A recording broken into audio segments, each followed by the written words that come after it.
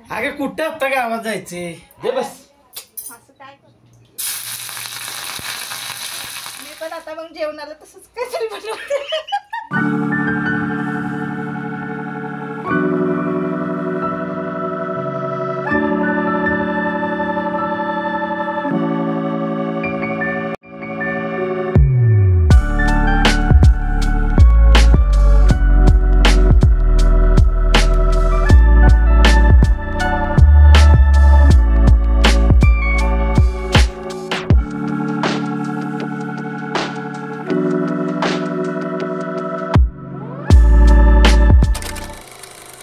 नमस्कार, मी सुप्रिया नवीन एका ब्लॉगमध्ये आपलं मनापासून स्वागत करते. तुम्हाला आजचा दिवस सुखाचा, आनंदी आणि आरोग्यदायी जाओ.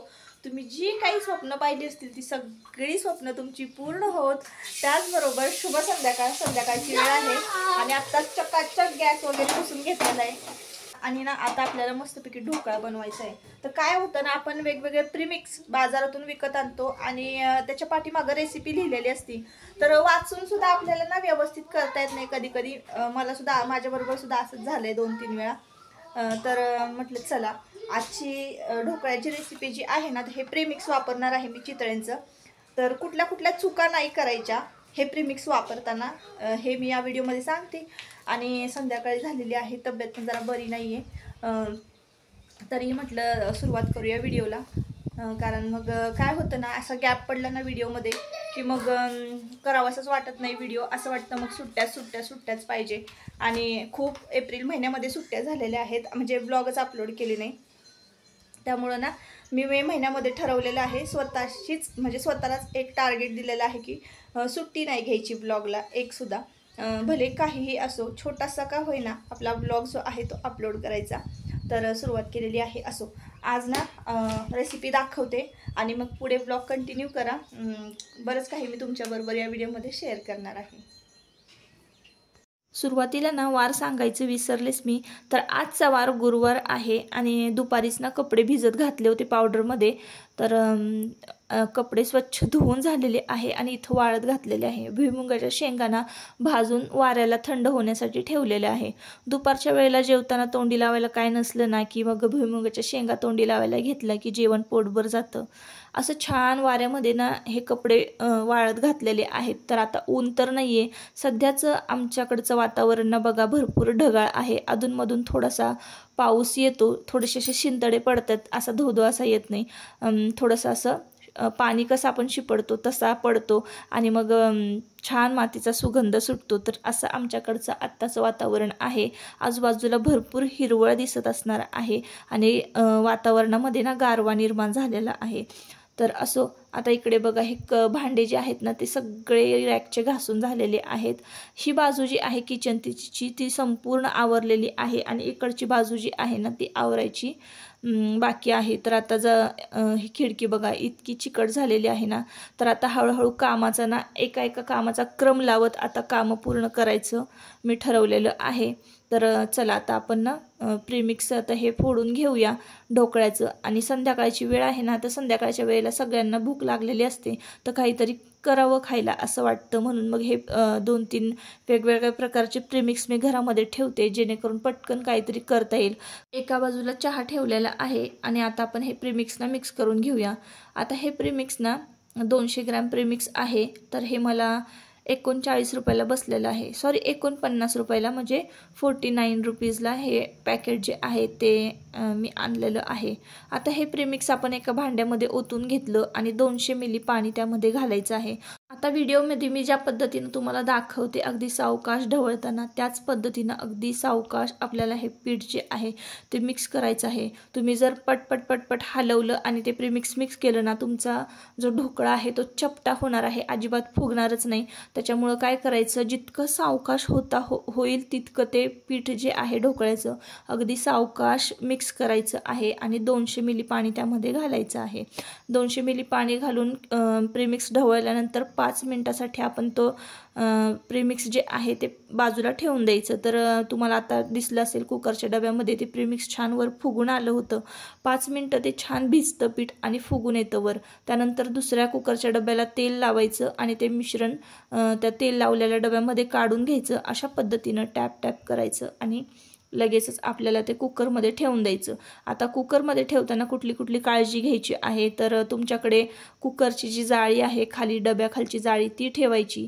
ती जाळी जर नसेल तर तुम्ही एखादी मी ठेवली तशी प्लेट ठेवून द्या आणि एखादी डिश प्लेट खाली ठेवायची आणि त्यावर डबा ठेवायचा. डायरेक्ट कुकरमध्ये डबा नाही ठेवायचा. त्यानंतर कुकरची शिट्टी काढून घ्यायची आणि लो टू मीडियम गॅसवर आपल्याला 20 मिनिटं ढोकळा शिजवून घ्यायचा. कुठं मी खुश आहे? मला तर बरं वाटत नाही. बरं वाटत नाही तर खुश का होती मग? नाही मी खुश नाहीये. अरे मी बघितलं की माझ्या डोळ्याने. काय तुझ्या डोळ्यांनी? मला आहे की डोळे. हो का? हां. मग काय बघितलंस?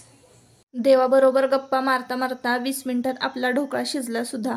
तो बरोबर लो टू मीडियम गॅसवर ना आपण 20 मिनिटं हा ढोकळा शिजवून घेतलेला आहे. आता थंड करायचा आणि एका वेगळ्या प्लेटमध्ये काढून घ्यायचा आहे.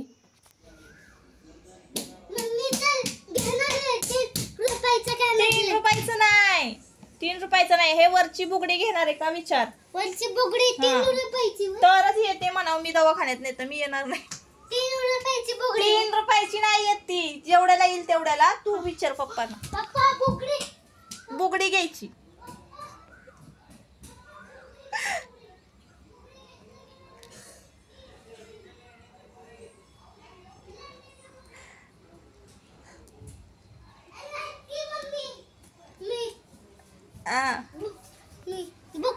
बोकडाची बुगडी घेता असं बोलताय. बोकडाची बुगडी मला तसलं काय नको. पप्पा तू इथं आलास ना आणि बोललास तरच मी येणार. जा सांग पप्पाला. पप्पा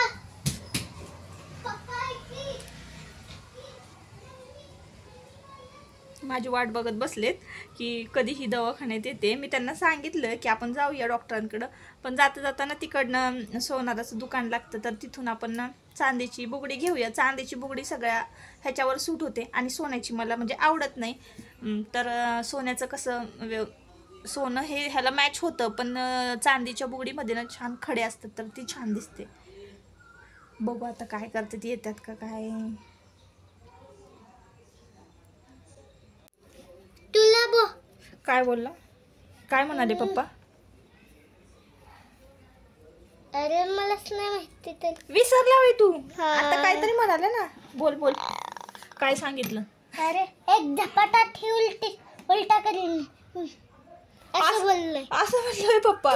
मला एक झपाटा मारायला सांगितलं. आता मग मी संध्याकाळचा स्वयंपाक पण करणार नाही. मग झपाटा मारा नाही तर काय कर.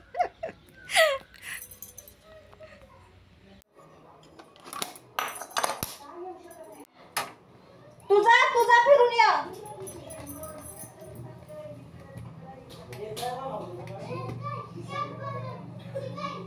मला नाही यायचं. चल लवकर. मला नाही यायचं. चल नाही तर मला नाही चल आणि बघ तुला. नाही मला ते हे घेऊन देणार नाही का, बुगडी घेऊन देणार. अरे कसली बुगडी लिहायला येतो शेरड्यांच्या का त्याच्यात काटे टोकून घाल काढत. शेरडीच्या लेंड्या घेतो म्हणताय. गप का शेरडाच्या लेंड्या घेताय तुम्ही? बर मी पण आता मग जेवणाला तसंच काहीतरी बनवते. चल लवकर काजू पण घेऊन ये. चल घेणार का? अगे कुठं आता गावात जायचे? दे बस. असं काय करतो? इकडे जायचं बुगड्या पाहिजे.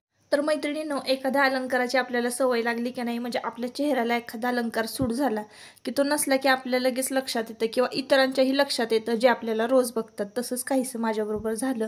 तर एका ताईंनी कमेंट केली की ताई बुगडी कुठे गेली, आणि त्यांनी कमेंट करायच्या आधीच माझं चाललं होतं घ्यायची बुगडी म्हणून, पण दादांना तुमच्या वेळच नव्हता आणि आताही ते नाहीच म्हणत होते. त्यासाठीच मी हट्ट धरून बसले होते की मला आजच्या आज बुगडी पाहिजे म्हणजे पाहिजेच.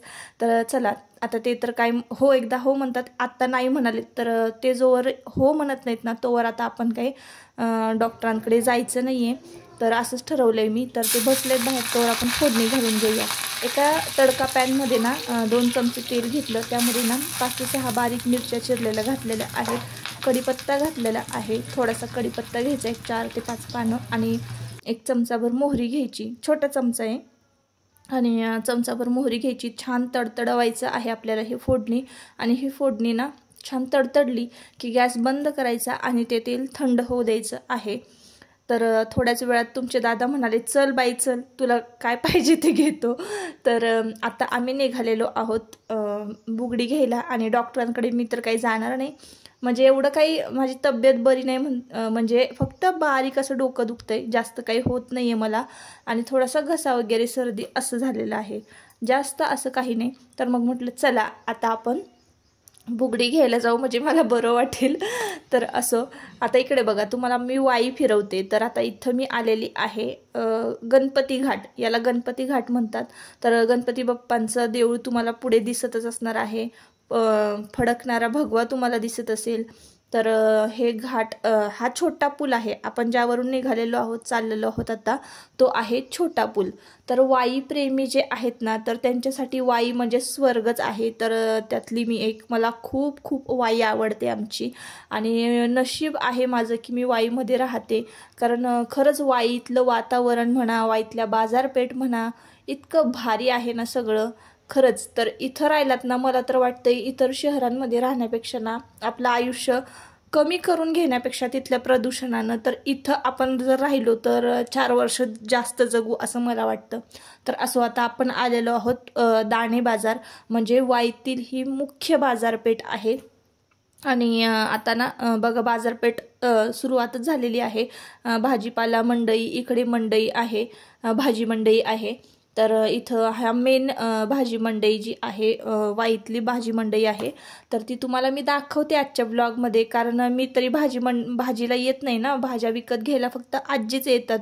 तुम्हाला माहिती असेल, प्रत्येक ब्लॉगमध्ये दर सोमवारी भाजी आजीच आणतात ना, तर मला जास्त यायला मिळत नाही बाजारपेठमध्ये. असंच कधीतरी काही काम असेल तर मी येते, म्हणून मग तुम्हाला सुद्धा म्हटलं चला दाखवावं शूट करून की ही वाईतली मुख्य बाजारपेठ भाजी मंडई आहे. तर अशी आहे आमच्याकडची भाजी मंडई. आणि कशी आहे तुम्ही सुद्धा नक्की कमेंट करून सांगा, तुम्ही जर वाई प्रेमी असाल किंवा वाईत राहून गेलेला असाल. कारण बरेच जणांचे मेसेज पण येतात की आम्ही वाईत राहून गेलेलो आहो आणि आम्हाला वाई खरंच खूप आवडते.